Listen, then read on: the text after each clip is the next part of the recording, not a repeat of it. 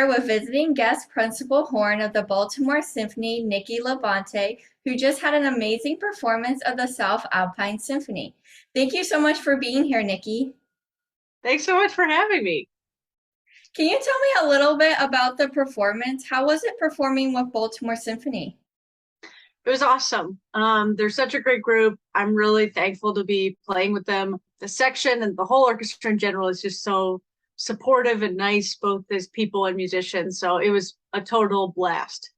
And who did you play with for Alpine?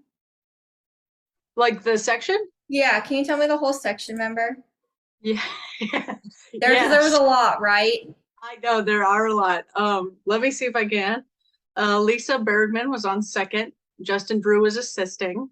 Austin Larson was on third horn. Beth Graham on fourth horn. Gabe Fink on fifth. Ken Bell on sixth. Shona Goldberg Leopold on seventh. Pam Blakely on eighth. That's the on-stage section. Did you want me to do the off-stage section too, or That's a lot of horn players. it's a lot, you know? So pop, I felt like a pop quiz, and I feel like I Yeah, well, passed. I think you passed. Great. How did you prepare for such a big performance? When did you actually start working on the symphony, and how did you break down the whole orchestra and the whole performance itself?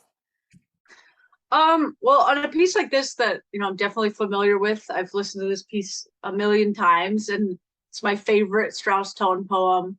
Um, I started maybe a month ago just listening to it again. Most of my preparation for anything I'm playing is totally listening based. If there's something that I really need to spend time on and work out, and there were several licks in Alpine that I wanted to play and just kind of get my feet under me, I'll do that. But most of the time, uh, all I'll do is listen and kind of visualize myself playing that. So first I'll always watch the score, and the first time I listen through it, I'll pick any line except for the horn line to follow and see if I can kind of find something different or find something interesting to listen to or find points of reference for when I'm playing it.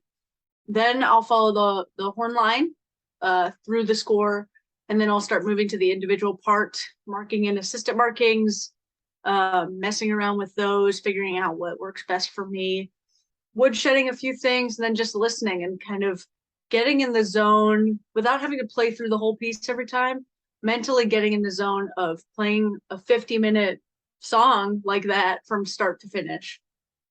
Were you nervous during the performance? And do you have any secrets to dealing with nerves during a performance? I was definitely nervous. I get nervous, before just about every performance. A friend said to me once that nerves are are your body's way of showing that you care about a performance.